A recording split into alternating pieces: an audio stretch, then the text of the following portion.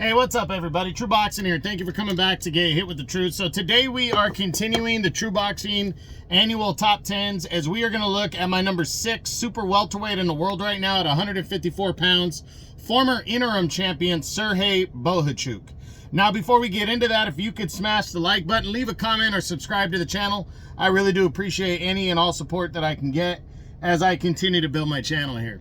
So rarely does it happen that a fighter enters the year not ranked, loses a fight, and is ranked almost in the top 5.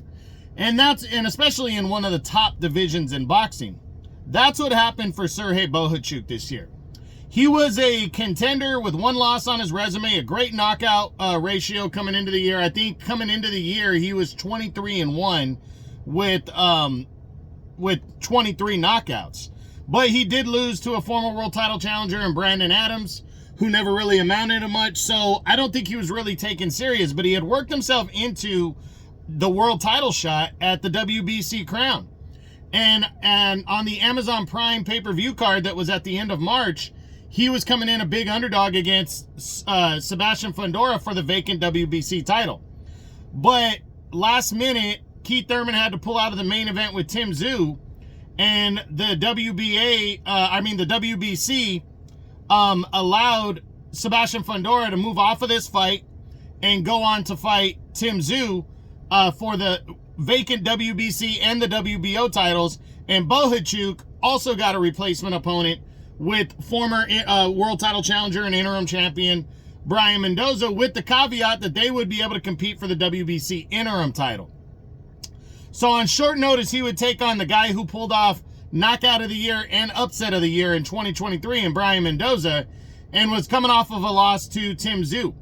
Bohachuk dominated Brian Mendoza for 12 rounds, just outworked him, outgunned him, and scored a one-sided 12-round unanimous decision to claim the vacant WBC interim belt and really score the biggest win of his career. This led to an opportunity to defend his interim title in August against Vergil Ortiz Jr. Ortiz was undefeated, great knockout ratio as well. A lot of people were putting Ortiz over Bohachuk easily, and a lot of people were talking Ortiz to move on to fight Terrence Bud Crawford. Well, Bohachuk came out and was in beast mode again against Vergil Ortiz.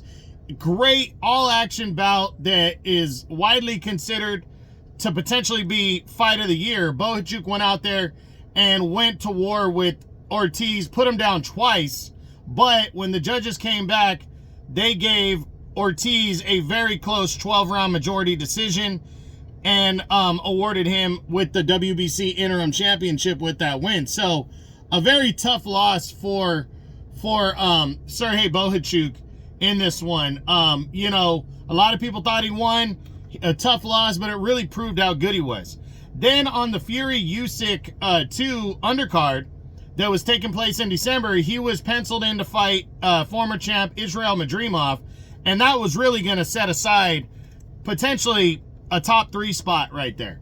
But Madrimov pulled out. He got sick. He pulled out of the fight, and Bohachuk went forward and took on Ishmael Davis, who had given what's that guy's name, Josh Kelly, a tough time on the September card, and was hoping to pull off an upset against Bohachuk. It was a good fight for as long as it lasted, but Bohachuk just overwhelmed and broke down Ishmael Davis, dominating him to a 6th round TKO victory as he stays in the serious mix. And heading into 25 now, this dude is fucking dangerous, but he's also somewhat unavoidable.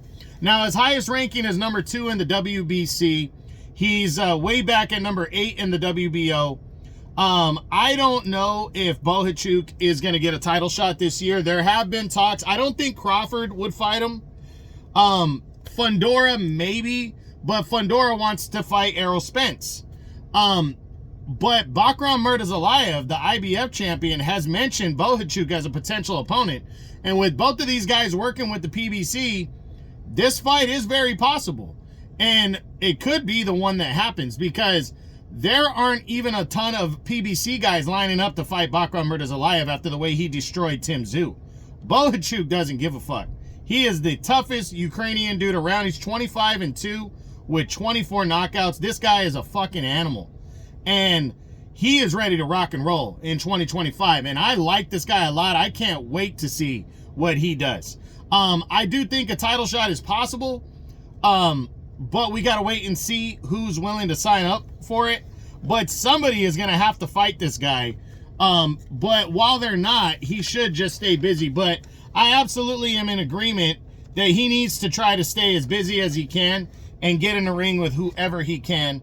Even if it's kind of a risky opponent that's trying to make a name off of him. For instance, like a Charles Conwell or this Jorge Perez, who's highly ranked in the WBO, Cotterell Booker, to try to move up the WBO rankings.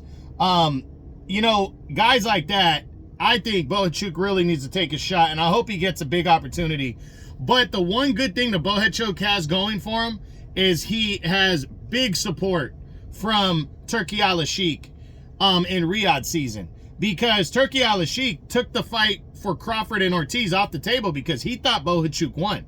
And he has been very honest, and he thought Bohachuk beat Virgil Ortiz Jr.